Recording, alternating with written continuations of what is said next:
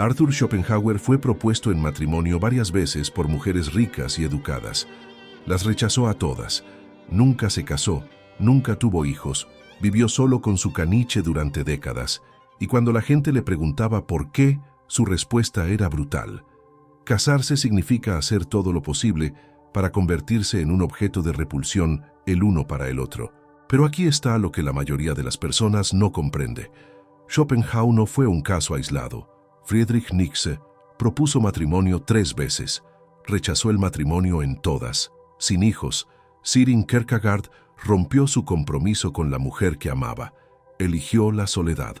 Sin familia, Simone de Beauvoir se negó a casarse a pesar de una relación de 50 años. Sin hijos, Immanuel Kant, Ludwig Wittgenstein, Isaac Newton, Nikola Tesla. La lista continúa. Las mentes más grandes de la historia siguieron exactamente el mismo patrón. Vieron algo que la mayoría de las personas se niega a reconocer. Que hoy te mostraré exactamente lo que vieron.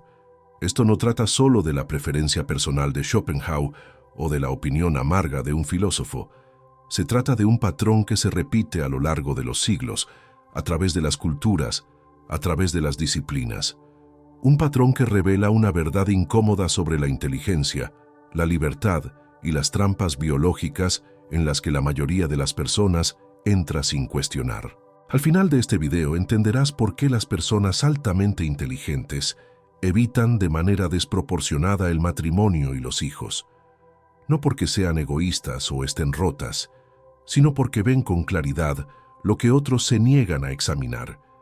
Y una vez que lo ves ya no puedes dejar de verlo. Comencemos. Schopenhauer. El matrimonio como prisión intelectual. Arthur Schopenhauer nació en 1788 en la riqueza y el privilegio. Podría haber tenido la vida cómoda que todos esperan.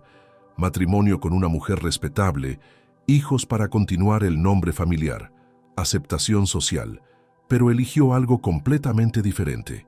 Eligió la libertad intelectual sobre las cadenas domésticas y fue brutalmente honesto sobre el porqué. En su ensayo sobre las mujeres escribió algo que hoy lo cancelaría, pero que revela perfectamente su pensamiento.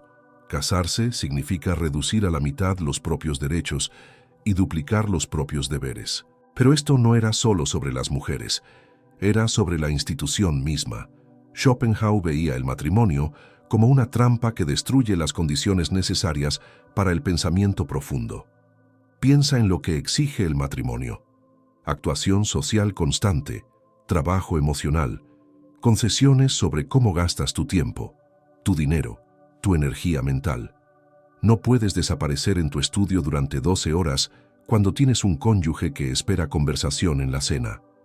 No puedes perseguir ideas no convencionales cuando tu pareja necesita que mantengas respetabilidad social. No puedes pensar pensamientos peligrosos cuando la comodidad de otra persona depende de tu conformidad. Schopenhauer escribió: un hombre puede hacer lo que quiere, pero no querer lo que quiere, y el matrimonio, en su visión, era la rendición definitiva de la voluntad individual. Ya no eliges en función de lo que es verdadero, interesante o importante. Eliges en función de lo que es aceptable para la relación. Y los hijos, aún peor. Schopenhauer era un pesimista filosófico. Creía que la existencia misma es sufrimiento, así que traer una nueva conciencia al mundo no era una bendición, era infligir sufrimiento a alguien que nunca consintió existir.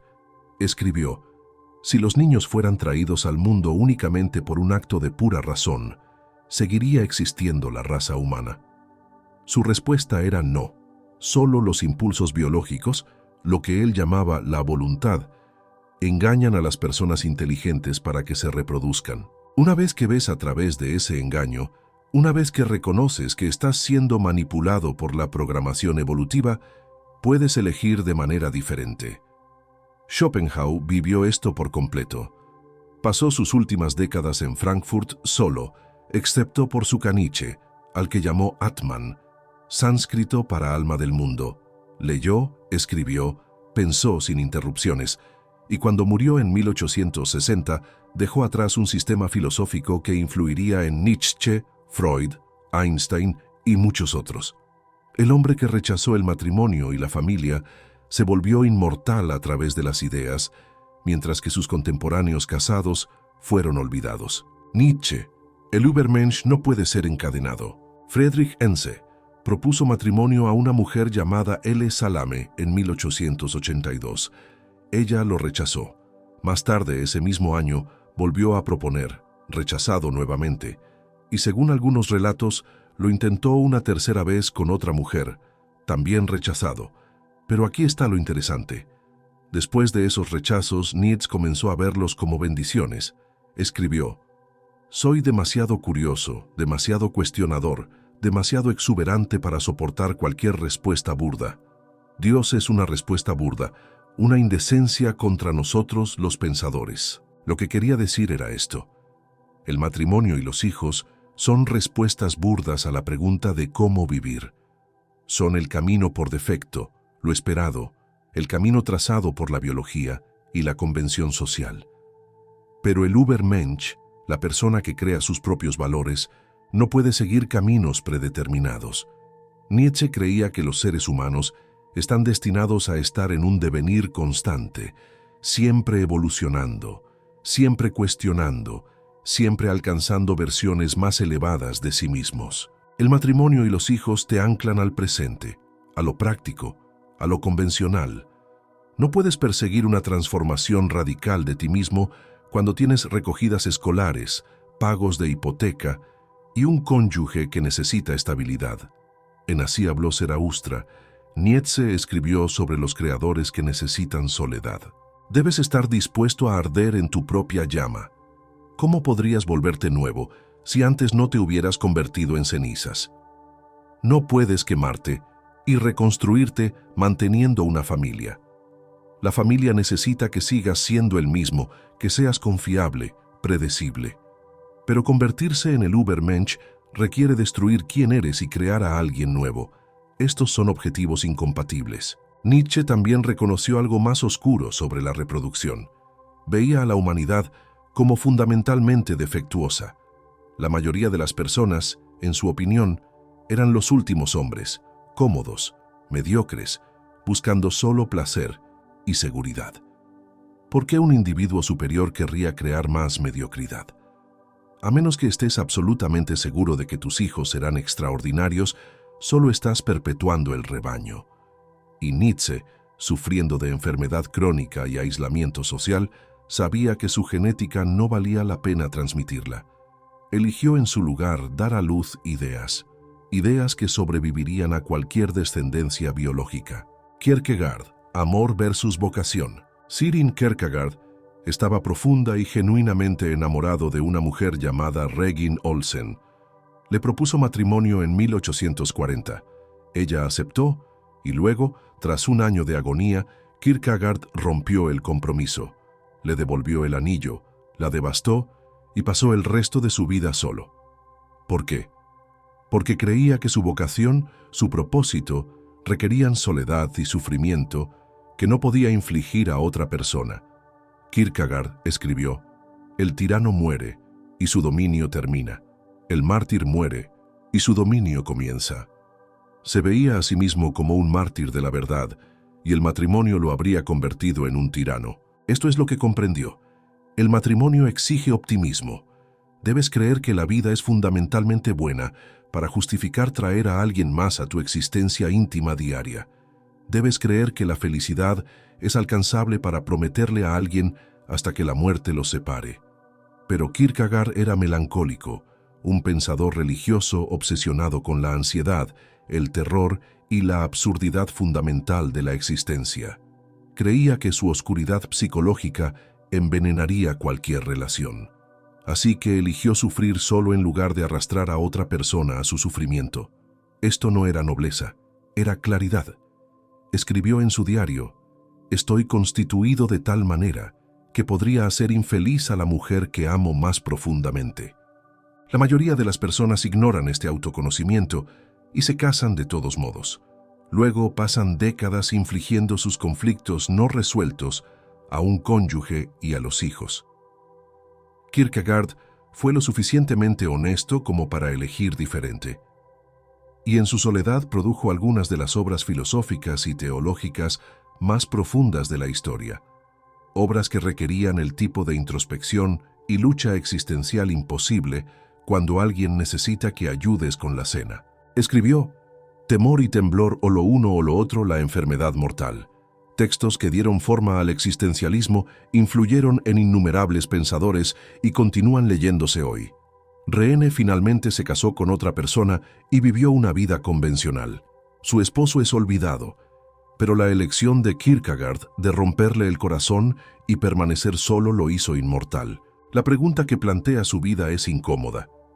¿Y si las mayores contribuciones de algunas personas requieren que estén solas? ¿Y si la profundidad necesaria para un trabajo transformador solo es posible en la soledad? ¿Y si la biología y la sociedad conspiran para impedir esa soledad a través del matrimonio y los hijos? Simone de Beauvoir, el matrimonio como trampa. Simone de Beauvoir tuvo una relación de 50 años con Jean-Paul Sartre. Eran compañeros, amantes, compañeros intelectuales, pero nunca se casaron y ella nunca tuvo hijos. Cuando la gente preguntaba por qué, su respuesta era clara. El matrimonio es una trampa, especialmente para las mujeres. En El segundo sexo escribió, el matrimonio es el destino tradicionalmente ofrecido a las mujeres por la sociedad. Observa, destino ofrecido, no elegido. Ofrecido en el sentido de esto es lo que se supone que debes querer. Esto es lo que te completará. Pero de Beauvoir vio a través de eso. Reconoció que el matrimonio transforma a las mujeres de individuos autónomos en apéndices de los hombres.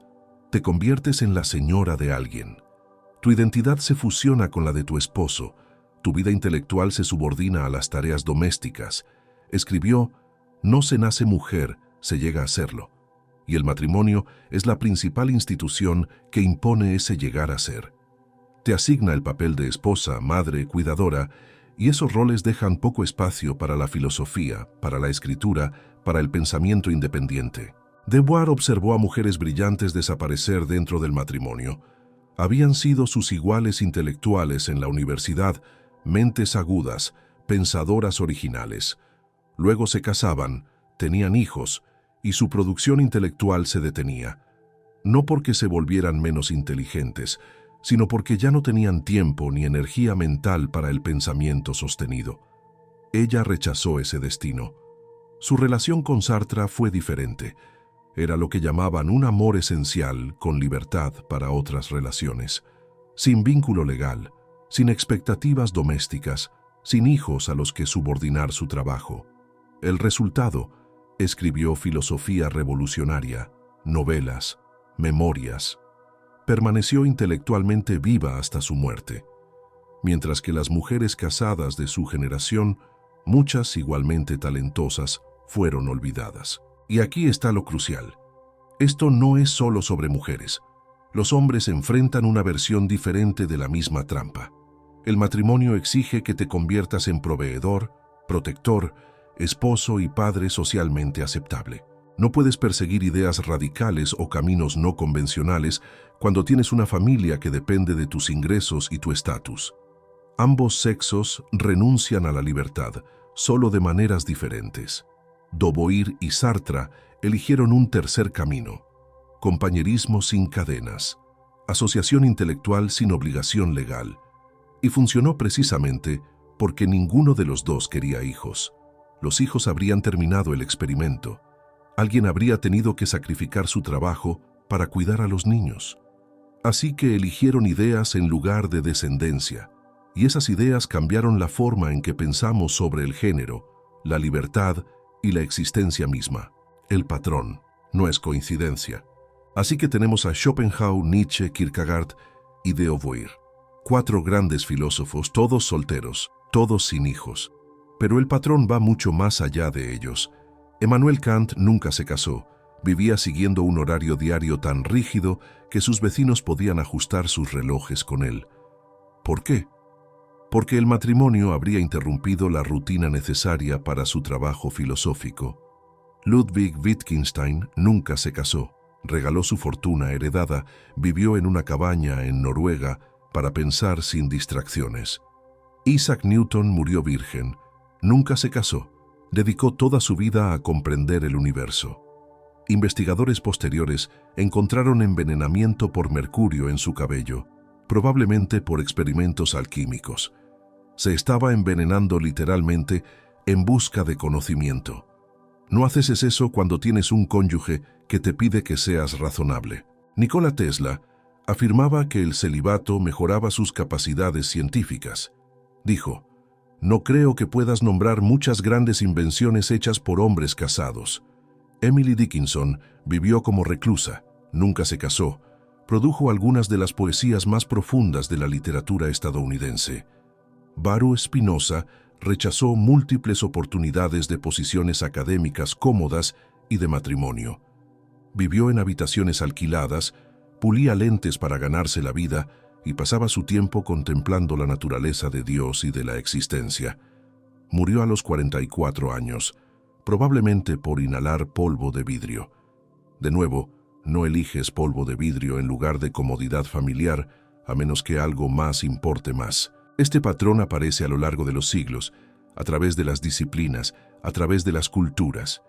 No es coincidencia, no es amargura, trauma o incapacidad para encontrar pareja. Muchas de estas personas tenían oportunidades de matrimonio. Algunas incluso estaban enamoradas. Eligieron diferente porque vieron algo. Vieron que el matrimonio y los hijos son imperativos biológicos disfrazados de elecciones personales. Vieron que la vida familiar exige conformidad con expectativas sociales. Vieron que la profundidad intelectual requiere tiempo y soledad que la vida familiar no permite. Y eligieron ideas sobre biología, profundidad sobre felicidad, inmortalidad a través del trabajo sobre la continuidad genética, la evidencia moderna. Esto no es solo filosofía histórica. Los datos modernos respaldan el patrón. Los países con los niveles más altos de educación tienen las tasas de natalidad más bajas. Japón, Corea del Sur, Alemania, poblaciones altamente educadas, reproducción en caída libre. Cuanta más educación reciben las mujeres, menos hijos tienen. Esto es consistente en todas las culturas estudiadas. ¿Por qué? Porque la educación retrasa la formación de la familia, proporciona fuentes alternativas de propósito y hace visibles los costos de oportunidad de los hijos. Cuando puedes ver lo que estás sacrificando, avance profesional, actividades intelectuales, libertad personal, la reproducción se convierte en una decisión más difícil. Estudios sobre ganadores del Premio Nobel muestran que están desproporcionadamente solteros o casados tarde, con pocos o ningún hijo. Profesionales creativos, escritores, artistas, investigadores tienen tasas más bajas de matrimonio y reproducción que la población general. Los estudios de uso del tiempo revelan que los padres tienen de 2 a 4 horas menos por día para trabajo enfocado. 2 a 4 horas cada día. Esos son de 10 a 20 horas por semana, de 500 a 1000 horas por año. Para alguien que realiza trabajo intelectual profundo, esa es la diferencia entre mediocridad y maestría. El movimiento sin hijos crece más rápido entre los educados. Las personas con posgrado tienen el doble de probabilidades de elegir no tener hijos en comparación con quienes solo tienen educación secundaria. Esto no se trata del acceso al control de la natalidad, se trata de ver claramente los intercambios. Y cada vez más personas inteligentes eligen libertad sobre familia, no porque odien a los niños, sino porque aman algo más. Los datos revelan lo que la filosofía sugería. Existe una relación inversa entre ambición intelectual y formación de familia. Puedes tener ambas, pero una sufrirá. Generalmente, el trabajo intelectual, porque a los niños no les importa tu avance filosófico.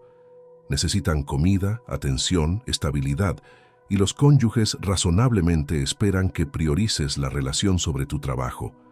A veces estas demandas no son incorrectas, simplemente son incompatibles con el tipo de enfoque obsesivo y sostenido que produce trabajo transformador. Las razones reales sintetizadas. Entonces, ¿por qué las personas altamente inteligentes evitan el matrimonio y los hijos?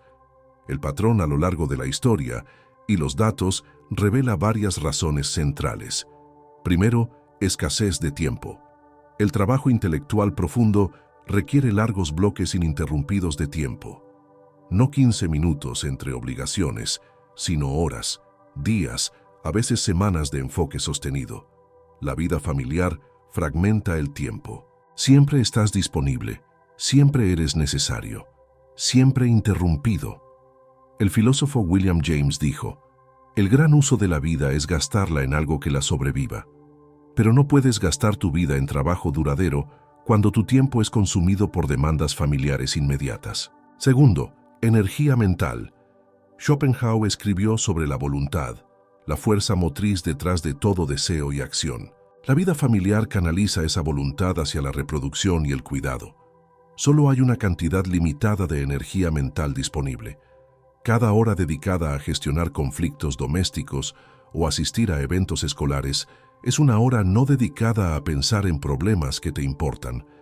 Las personas inteligentes reconocen este intercambio y cada vez más eligen dirigir su voluntad hacia el trabajo en lugar de la familia. Tercero, presión de conformidad. El matrimonio y los hijos te integran en sistemas sociales que exigen conformidad. Te unes a asociaciones de padres, socializas con otros padres, tomas decisiones basadas en lo que es bueno para la familia.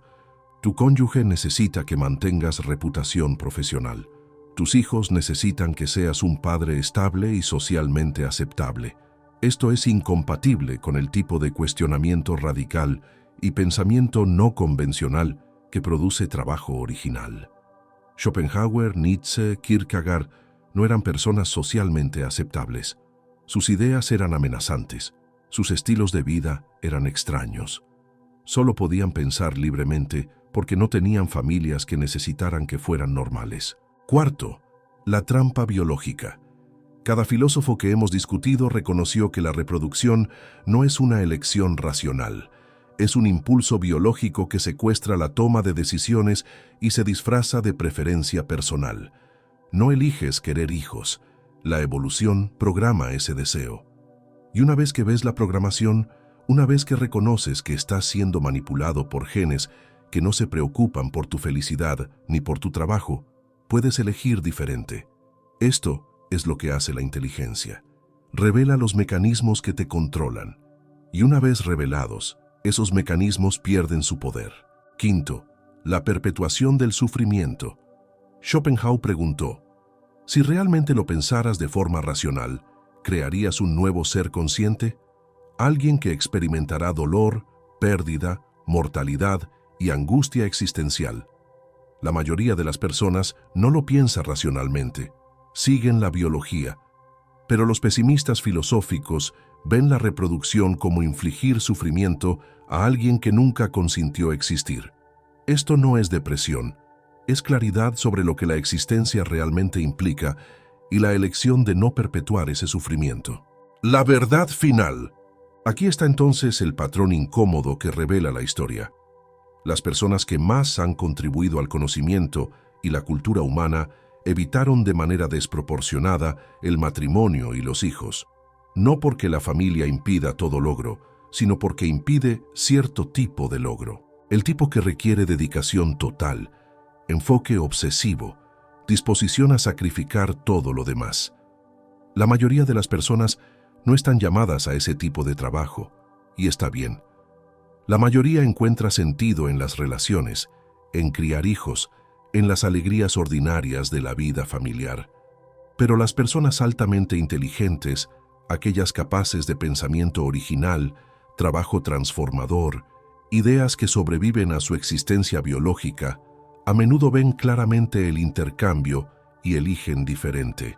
Schopenhauer murió solo pero realizado. Sus ideas moldearon la filosofía occidental durante el siglo siguiente.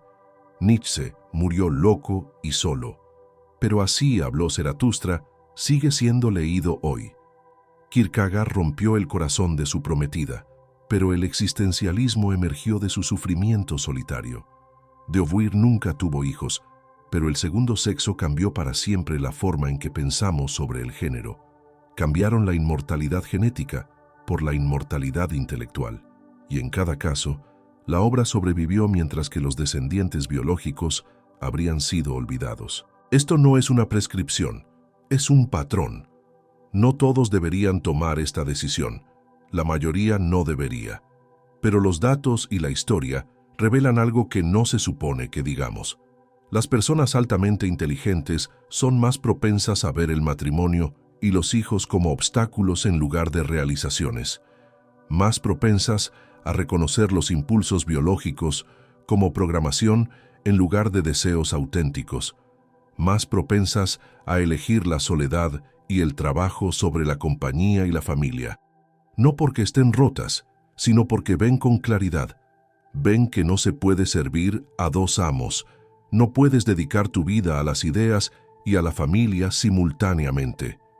Uno siempre sufrirá, y las personas que eligieron ideas sobre familia son las que recordamos, mientras que aquellas que eligieron familia sobre ideas son olvidadas junto con sus descendientes. Así que aquí está la pregunta que plantea la vida de Schopenhauer.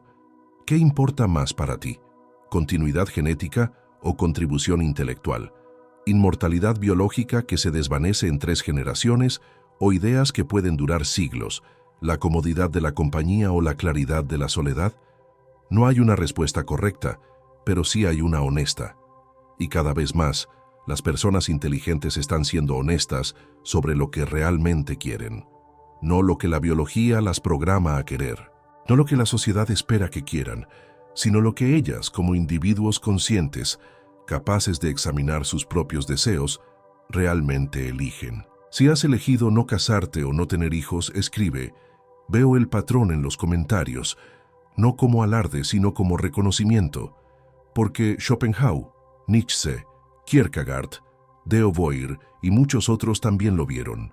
Vieron que algunos caminos requieren soledad, que algunos trabajos exigen todo, que la inteligencia a menudo elige el camino más solitario, y eso no es trágico, es honesto. Comparte esto con alguien que esté cuestionando si se supone que debe querer lo que todos los demás quieren, porque quizá no esté roto, quizá solo esté viendo con claridad lo que Schopenhauer vio, lo que la historia revela, que las personas altamente inteligentes eligen diferente y el mundo es más rico por ello.